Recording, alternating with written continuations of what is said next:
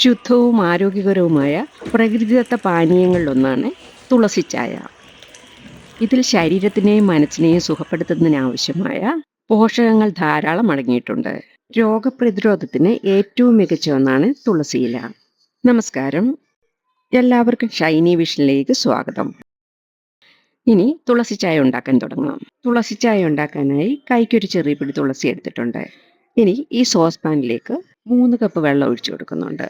തുളസിയിലയുടെ ഗുണവും സത്തും ഇറങ്ങി വരുമ്പോഴേക്കും 3 കപ്പ് വെള്ളം 2 കപ്പായി വറ്റിത്തീരും. ഇനി എടുത്തു വെച്ചിരിക്കുന്ന തുളസിയുടെ ഇല നന്നായി കഴുകി എടുത്തിട്ടുണ്ട്. ഇതുകൂടി ഇട്ട് കൊടുക്കുക ഇതിലോട്ട്. പിന്നെ ഇതിലേക്ക് വേണ്ടുന്നത് ഒരു ചെറിയ കഷ്ണം ഇഞ്ചിയാണ്. ഈ ഇഞ്ചി ചെറുതായിട്ടൊന്ന് ഗ്രേറ്റ് ചെയ്തോ ഒന്ന് ഇടിച്ച് ചതച്ചോ ഇതിലോട്ട് ഇട്ട് കൊടുക്കാം.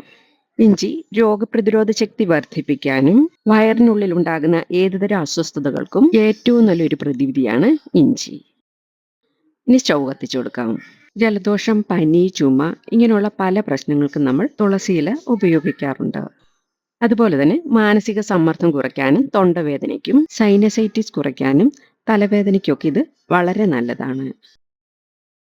പിന്നെ തുളസി ചായ പതിവായി കുടിക്കുന്നത് ഹൃദയാരോഗ്യത്തിനും ഉറക്കക്കുറവ് നിയന്ത്രിക്കാനും ഓർമ്മശക്തി വർദ്ധിപ്പിക്കാനും അൽഷിമേഴ്സ് പോലുള്ള രോഗങ്ങൾ തടയാനും ഇത് സഹായിക്കുന്നു. ഇത് രക്തത്തിലെ ഗ്ലൂക്കോസിനെ നിയന്ത്രിച്ച് പ്രമേഹം കുറയ്ക്കാനും വളരെ നല്ലതാണ്. ചൂട് തുളസി ചായ പതിവായി കുടിക്കുന്നത് ശ്വസന സംബന്ധമായ പ്രശ്നങ്ങൾ പരിഹരിക്കാൻ നല്ലതാണ്. വെള്ളം നന്നായി തിളച്ച് തുളസിയിലയുടെ സ്വാദും സത്തും ഒക്കെ നന്നായിട്ട് ഇറങ്ങുന്നത് വരെ തീ കുറച്ച് വെച്ച് തിളപ്പിക്കാം. 3 ഗ്ലാസ് വെള്ളം ഒഴിച്ചു വെച്ചതായത് തിളച്ച് 2 ഗ്ലാസ് വെള്ളമായി വന്നിട്ടുണ്ട്. അപ്പോഴേക്കും ഇലയുടെ കളറും സ്വാദും ഒക്കെ ഇറങ്ങിയിട്ടുണ്ട് ഈ വെള്ളത്തിൽ. ഇനി ഇതൊന്ന് അരിച്ചെടുക്കാം. പിന്നെ ഇതിലേക്ക് ഒരു ചെറിയ കഷ്ണം നാരങ്ങയും കൂടെ പിഴിഞ്ഞു ചേർക്കാം. മധുരത്തിന് ആവശ്യമായ ഹണിയും കൂടെ ചേർത്ത് കൊടുക്കാം. വൈറ്റമിൻ സി ധാരാളം അടങ്ങിയ ചെറുനാരങ്ങ രോഗപ്രതിരോധ ശക്തി വർദ്ധിപ്പിക്കാൻ ഏറെ നല്ലതാണ്. ഈ 2 കപ്പ് ചായക്ക് ഈ അരമുറി നാരങ്ങയുടെ പകുതി മതി. മധുരത്തിന് ആവശ്യമായ തേൻ ഓരോ ടേബിൾ സ്പൂൺ തേൻ വീതം 2 കപ്പിലൂടെ ഒഴിച്ചു കൊടുക്കാം. പ്രകൃതിദത്തമായ ഒരു ആന്റിബയോട്ടിക് കൂടിയാണ് തേൻ.